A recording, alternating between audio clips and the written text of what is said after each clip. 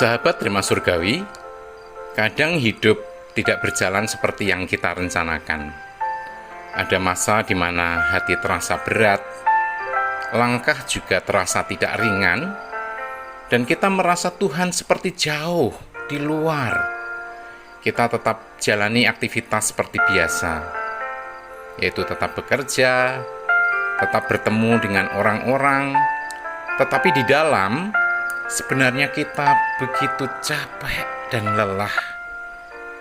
Dan di kondisi seperti itu, Tuhan tidak datang dengan hal yang rumit. Dia hanya berkata sederhana, "Ikutlah aku." Malam ini kita akan berjalan dalam satu tema, yaitu mengikuti di ujung luka. Bukan soal harus kuat dulu, bukan soal harus beres dulu, tapi tetap mau jalan bersama dengan Tuhan. Walaupun kondisi hati kita belum sepenuhnya pulih. Mari kita berdoa. Bapa di dalam surga, Bapa yang kami kenal di dalam nama Tuhan Yesus Kristus, kami datang dengan hati yang apa adanya ya Tuhan. Engkau tahu bagian yang kami sembunyikan, bagian kami yang lelah, bagian yang tidak pernah atau yang tidak pernah kami buka di hadapan-Mu, bagian yang pernah gagal. Sering kami terlihat baik-baik saja ya Tuhan, tapi di dalam hati kami masih ada yang belum dipulihkan. Malam ini berbicaralah pelan ke dalam hati kami. Tenangkan pikiran kami ya Tuhan, dan tuntun kami untuk tetap dekat padamu. Biar bukan hanya telinga yang mendengar, tapi hati yang benar-benar disentuh. Terima kasih Tuhan, berfirmanlah karena kami siap untuk mendengar. Dalam nama Tuhan Yesus kami berdoa dan ucap syukur. Amin. Firman Tuhan malam hari ini diambil dari Yohanes pasal 21 ayat 19. Yohanes pasal 21 ayat 19. Sesudah berkata demikian, ia berkata kepada Petrus, "Ikutlah aku." Sahabat Terima Surgawi, firman ini bukan sekedar ajakan, bukan sekedar perintah. Ini adalah panggilan yang datang justru setelah kegagalan. Mari kita renungkan perlahan-lahan, karena mungkin ini bukan hanya tentang Petrus, tetapi tentang hati kita. Sakit kita gagal, saat kita gagal, kita menjauh. Sahabat Terima Surgawi, kadang yang paling berat itu bukan karena orang lain, tapi karena diri kita sendiri. Kita sebenarnya tahu mana yang benar. Kita tahu apa yang seharusnya kita lakukan, tapi tetap saja kita pilih yang salah. Setelah itu rasanya memang tidak nyaman sih. Bukan cuma sedih, tapi kadang malu. Malu untuk datang kepada Tuhan. Malu untuk berdoa seperti dulu. Petrus juga pernah mengalami saat-saat seperti itu. Dia bukan orang biasa, dia murid yang dekat dengan Tuhan Yesus. Dia pernah berkata dengan yakin, "Aku tidak akan meninggalkan engkau." Tetapi ketika situasi berubah, ketika ada tekanan, dia justru menyangkal Tuhan Yesus sampai 3 kali. Bukan karena tidak sayang, tapi karena takut. Dan setelah itu hidupnya berubah. Dia tahu apa yang dia lakukan, dan itu pasti menghantui dia. Sahabat Terima Surgawi, kita juga sering seperti itu, bukan? Kita pernah dekat dengan Tuhan, pernah serius, pernah berjanji, tapi di tengah jalan kita justru jatuh dan jatuh lagi. Dan setelah itu kita jadi tidak sebebas dulu. Kita masih datang ke Tuhan, tapi rasanya canggung. Kita masih berdoa, tapi tidak jujur hati ini. Karena di dalam hati ini ada pikiran, Tuhan pasti kecewa. Dan pikiran itu perlahan-lahan membuat kita menjauh dari Dia. Tuhan datang ke tempat kita berhenti. Sahabat Rema Surgawi, yang menarik dari kisah ini bukan karena Petrus mencari Tuhan dulu, tapi Tuhan yang datang mencari Petrus. Petrus kembali ke kehidupan lamanya, kembali menangkap ikan seperti sebelum dia ikut Tuhan Yesus.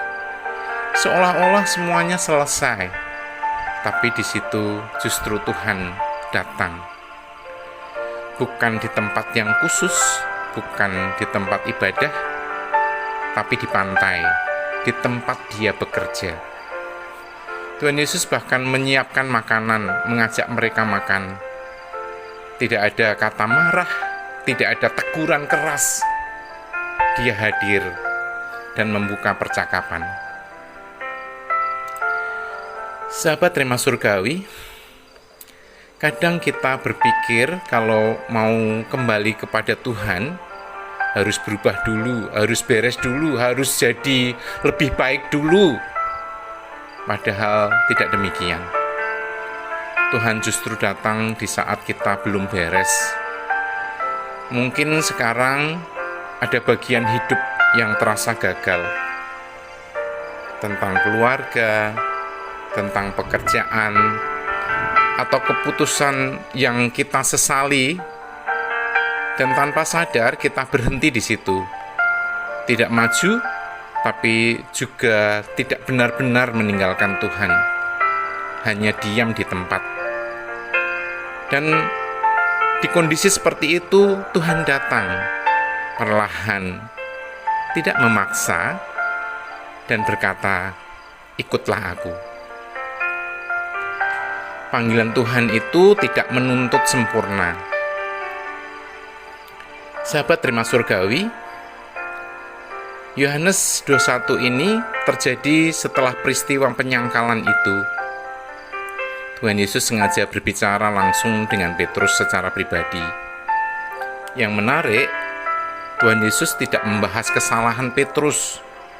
Dia tidak berkata, "Kenapa kamu menyangkal aku?" Tidak. Yang dia tanyakan justru sederhana. "Apakah kamu mengasihi aku?" Ini penting. Tuhan Yesus tidak mulai dari kesalahan, tapi dari hubungan, dari relasi. Kata mengasihi yang Tuhan pakai adalah agape, artinya kasih yang total, kasih yang memberi tanpa syarat. Tapi Petrus menjawab dengan kata phileo, kasih sebagai sahabat, kasih yang masih terbatas. Artinya Petrus tidak berani mengaku bahwa kasihnya sempurna. Dia sadar dia pernah gagal, tetapi Tuhan Yesus tidak menolak jawaban itu. Yesus tetap menerima dan tetap memberi kepercayaan. Ini yang sering kita lupakan. Tuhan tahu kondisi hati kita. Tuhan tahu kita ini belum sempurna. Tuhan tahu kita ini masih jatuh bangun di dalam kehidupan kita. Tetapi Dia tetap memanggil, "Ikutlah aku." Bukan karena kita sudah siap, tapi karena Dia yang akan memproses kita. Bukan karena kita sudah kuat, tetapi karena Dia yang akan menolong kita. Yang penting kita tetap mau ikut Tuhan. Bayangkan ada di momen hidup yang banyak orang impikan. Usaha berjalan, penghasilan cukup, masa depan terlihat aman, dan itu bukan mimpi, itu nyata. Seorang pria Mesir, Mata El Mesken, hidup sebagai apoteker sukses di Kairo. Setiap hari jelas arahnya, setiap langkah masuk akal. Tapi justru di tengah kestabilan itu ada kegelisahan yang tidak bisa dijelaskan. Bukan karena kurang, tetapi karena ada sesuatu yang terasa kosong di hatinya. Dan suara itu datang. Tidak keras memang, tidak memaksa memang, tapi terus ada di dalam hatinya. Ikutlah aku, ikutlah aku. Sahabat Rema Surgawi, ini bukan keputusan yang romantis. Ini keputusan yang memutus, meninggalkan usaha yang dibangun dengan kerja keras, meninggalkan kenyamanan kota, meninggalkan identitas yang sudah dikenal orang banyak, dan masuk ke tempat yang berlawanan. Padang gurun Wadi El Natrun sunyi, keras, tidak ada fasilitas, tidak ada sorotan, tidak ada tepuk tangan di sana. Yang dihadapi bukan dunia, tetapi dirinya sendiri. Tidak ada kesibukan untuk melarikan diri, tidak ada pencapaian untuk menutupi luka. Yang muncul justru hal-hal yang selama ini tersembunyi. Pertanyaan, kesepian, pergumulan batin. Dan di momen seperti itu, pilihannya sederhana tapi berat. Tetap tinggal atau kembali. Dia memilih tinggal. Hari demi hari dalam kesunyian, dalam proses yang tidak cepat, dan justru di sana sesuatu mulai berubah. Bukan situasinya, tetapi hatinya. Hubungannya dengan Tuhan menjadi nyata, bukan sekedar konsep. Lalu perlahan buah itu mulai terlihat. Biara Monastery of Saint Macarius yang hampir mati, yang sepi, yang kehilangan arah, dipercayakan kepadanya. Dari tempat yang hampir hilang itu, kehidupan kembali muncul. Orang-orang datang, dipulihkan, dikuatkan. Tulisan-tulisannya lahir dari proses yang sunyi itu dan menjangkau banyak jiwa. Itu klimaksnya. Bukan sekedar dia berani meninggalkan, tapi dia setia bertahan di sana. Karena kemenangan bukan terjadi saat meninggalkan segalanya, tapi saat tetap tinggal di tempat Tuhan menaruh dia. Dan dari situ, hidupnya benar-benar menjadi alat Tuhan.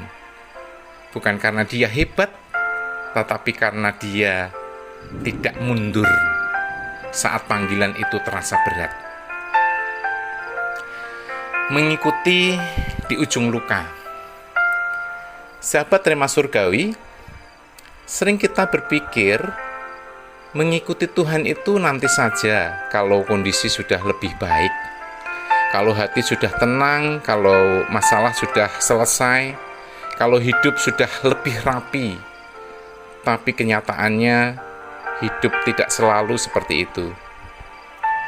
Justru seringnya kita ada di kondisi yang belum jelas.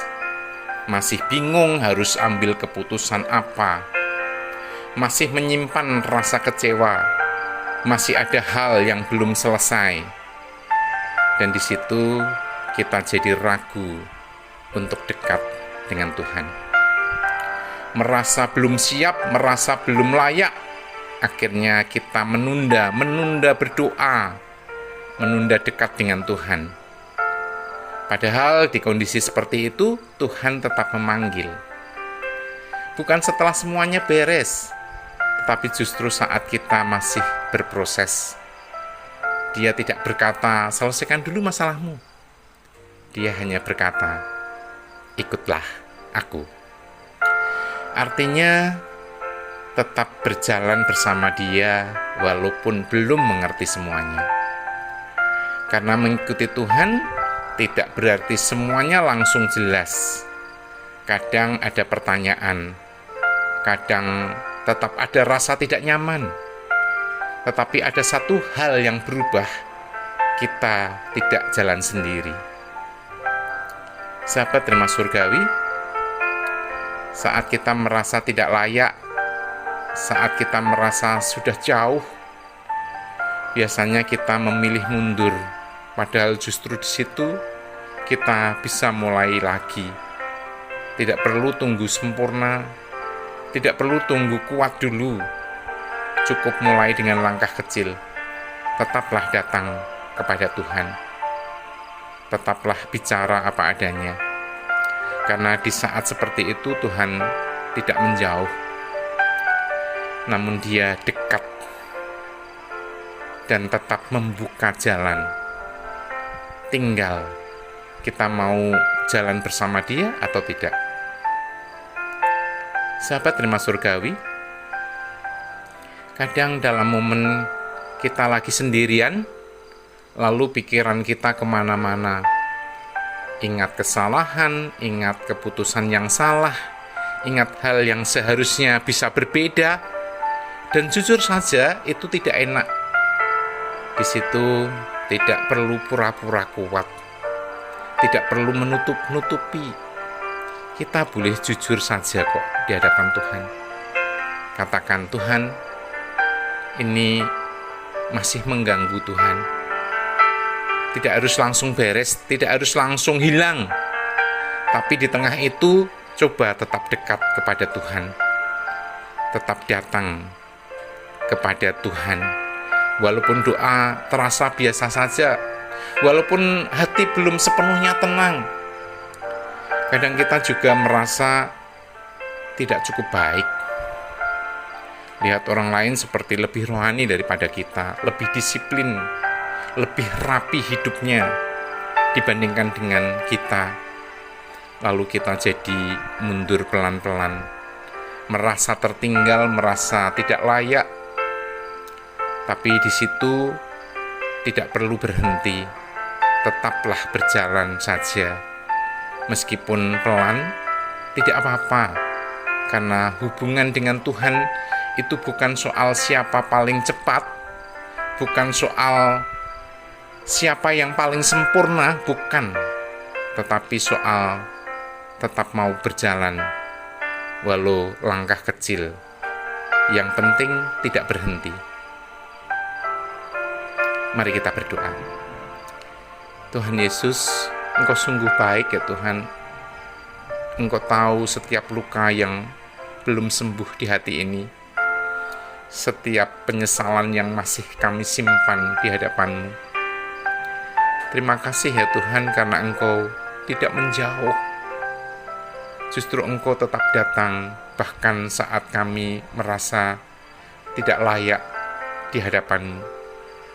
Sering kami bingung harus mulai dari mana.